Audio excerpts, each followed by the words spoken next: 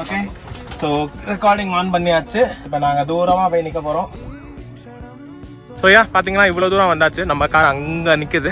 இங்கே நிற்கலான்னு பார்க்குறோம். லெட்ஸ் எங்கே வரைக்கும் வருது. இது பார்க்கிங் லாட் மாதிரி இல்லை, பட் பார்க்கலாம் இந்த இடத்துக்கு வருதான்னு. Will see.